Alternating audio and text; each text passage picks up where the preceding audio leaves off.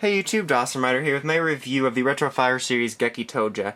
No, it's Jungle Pride, but technically it's Gekitoja because Gekitoja heart and stuff. So this is another figure in the Retrofire line, which, like I said in the last review, is a line of posable Megazord action figures, which they have brought back. So let's go over the packaging quickly. Cylindrical style packaging, just like Delta Megazord, which is pretty cool. Samurai logo up there. Once again, hate their faces. Retrofire series, and it's kind of crunched up here, which I never really noticed before. This is Collector's Edition, Jungle Fury logo, and this is Jungle Pride Megazord down here. And then on the back you get this pose of it being cool, and then it says, cool battle poses. And then here you get the story thing again, which you can read. But basically it says, in 2008, Jungle Fury was here, and it basically talks about the story, and just like on the SPD one, it's not kind of like a basic plot setup, it's more like actually goes into plot elements from it, which is kind of neat.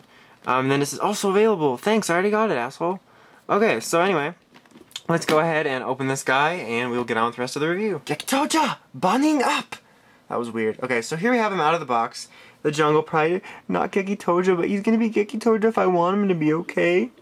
So anyway, let's take a look at him detail-wise. I think he looks pretty damn awesome. I may be biased just because I love it so much. So, let's take a look at him. Here we have his face, which is actually pretty nicely painted. The only detail really missing is his eyes aren't like blue or whatever the color they are. But he's got a really nice face detailing, as you can see. It's pretty nice. He's just cool. So, as you can see, the upper body is mainly the tiger, and all the details are there, and it looks really nice. It's mainly red and black with the orange here, and it looks pretty nice, and the paint's all there. And basically, it's all around here, and in the back, nothing, which is sort of disappointing, but whatever. Then we have Cheetah here, which is nicely painted, mainly yellow and black, but the details on the Cheetah's face are really nice, and it looks pretty good. Same thing with Jaguar over here, mainly, or pretty much all blue and black, but the details are all very nicely painted since there's not a lot to cover. His little sunglasses can't raise, unfortunately. And like I said on the back, not a whole lot going on. His hands are orange here.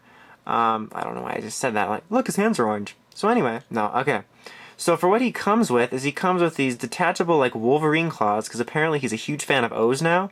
They do come off. You see there's a big hole on there, so you can be more accurate if you want. But then to give him the stylized look, he elongates his claws even more, and like in a different style than on the show.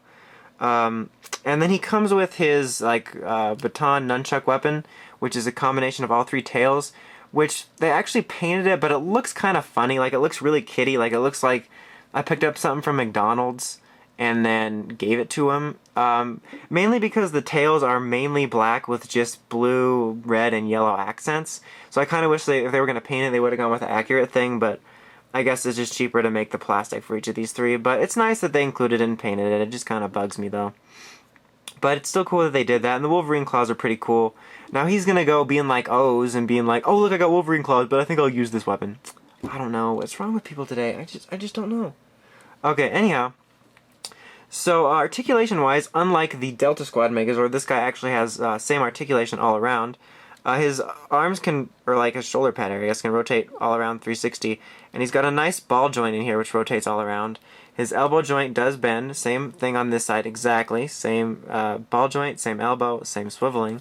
His chest can swivel, or his waist rather. His head can move up and down ever so slightly, and 360.